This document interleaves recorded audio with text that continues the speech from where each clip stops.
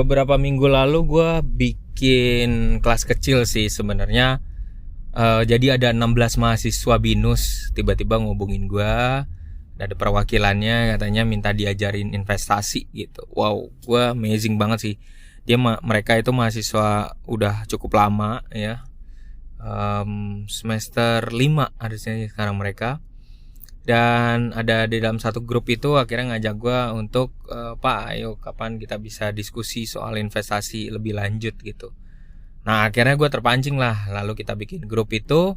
Kemudian ada satu sesi di mana akhirnya yaudah kita ketemu di BINUS aja lah.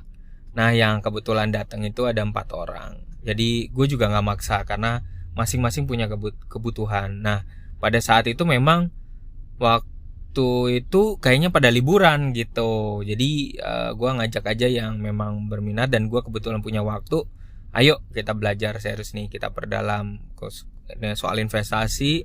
Terus soal khususnya yang mereka memang sungguh udah mulai advance untuk belajar tentang saham. Ya menarik. Di antara mereka ternyata soal saham tuh masih awam banget, masih nggak tahu itu apa, barang apaan ya gitu.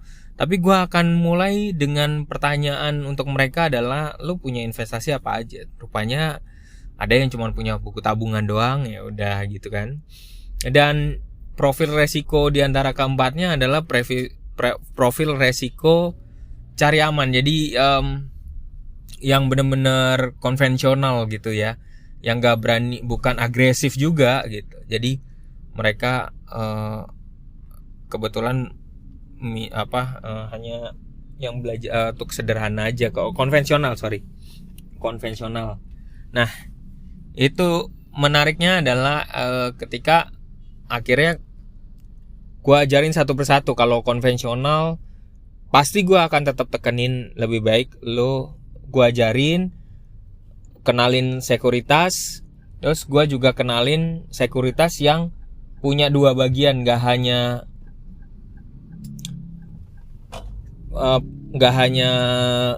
untuk ini aja. Jadi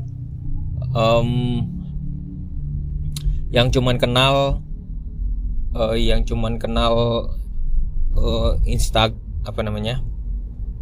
Instagram sih.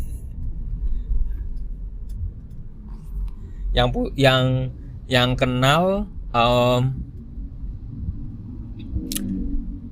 cuman taunya saham gitu ya, atau enggak forex gitu ya kan.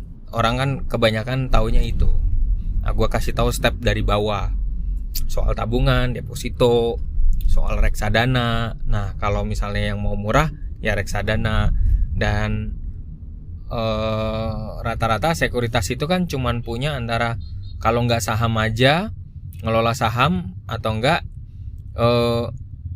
pakai ada 2, yang reksadana sama saham gitu. Ada yang nanya, Pak memang kita harus pakai pihak ketiga? Memang harus pakai pihak ketiga, yang punya akses bisa masuk langsung, kecuali kalau lo Warren Buffett atau lo Keng Hong gitu, yang duitnya banyak, jadi lo dapat privilege bisa langsung ke perusahaan ya, nelpon aja gitu. Jadi lo bisa ambil bagian sebagai, kalau misalnya lo adalah seorang bilioner gitulah gitu ya. Tapi kalau kita orang retail, orang dananya kecil, tapi kita mau tetap di pasar bebas, nah kita butuh pihak ketiga untuk yang di pasar bebas itu. Kenapa? Karena kita butuh tabungannya, kita butuh aksesnya. Nah pasti akan diurus oleh pihak ketiga. Nggak mungkin kalau kita ngurus sendiri, wah repot itu. Itu pertanyaan menarik tuh waktu itu. Terus kemudian paling mudah mana Pak pakai sekuritasnya gitu? Gua bilang bahwa paling baik kalau menurut gue sebagai pemula, lo cari sekuritas yang memakai 2 instrumen tadi. Kalau menurut gue pakai ada dua cara investasi, yaitu investasi yang ada reksadananya dan investasi yang ada sahamnya. Jadi ketika kita masih amatir banget, kita pakai reksadana aja. Reksadana itu juga dibagi 4 nih, reksadana pasar uang yang paling resikonya paling kecil tapi bisa cuan tetap, cuman lambat gitu. Lalu reksadana pendapatan tetap yang menggabungkan juga ada obligasi sama deposito. Nah, terus kemudian ada campuran yang menggabungkan dengan reksadana saham ya.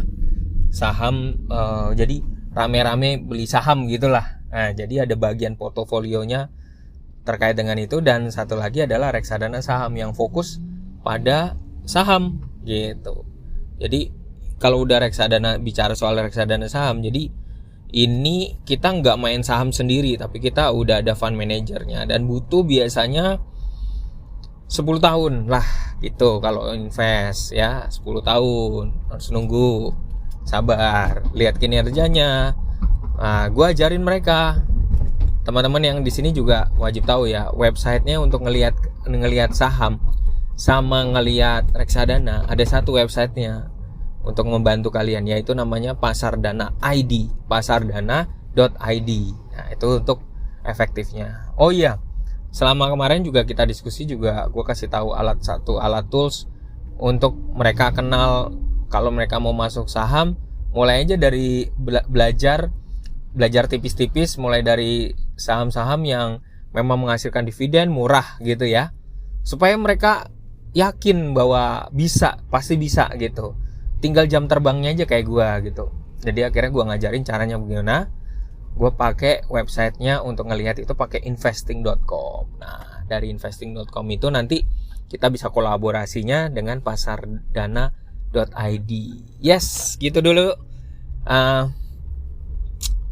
konten gue hari ini. Jadi gue waktu itu senang banget ketemu sama mantan mahasiswa gue itu 4 orang yang saat itu memang bukan statusnya sebagai mahasiswa lagi, dan gue bilang waktu itu, lu jangan, kita ngobrol di sini jangan sebagai mahasiswa sama dosen ya gitu. You are investor now gitu. Jadi sama-sama kita belajar sebagai investor gitu. Dan gue bersyukur aja bisa sampai sejauh ini gue bisa mengedukasi buat mereka gitu ya. Terima kasih untuk semuanya. Selamat bekerja teman-teman. Nantikan episode gue selanjutnya, dan kalian bisa share podcast gue ini ke teman-teman yang lain agar bisa tercerahkan selagi gue masih bisa bikin podcast ini gitu. Terima kasih buat semuanya ya. Salam cinta seluas angkasa. Yeah.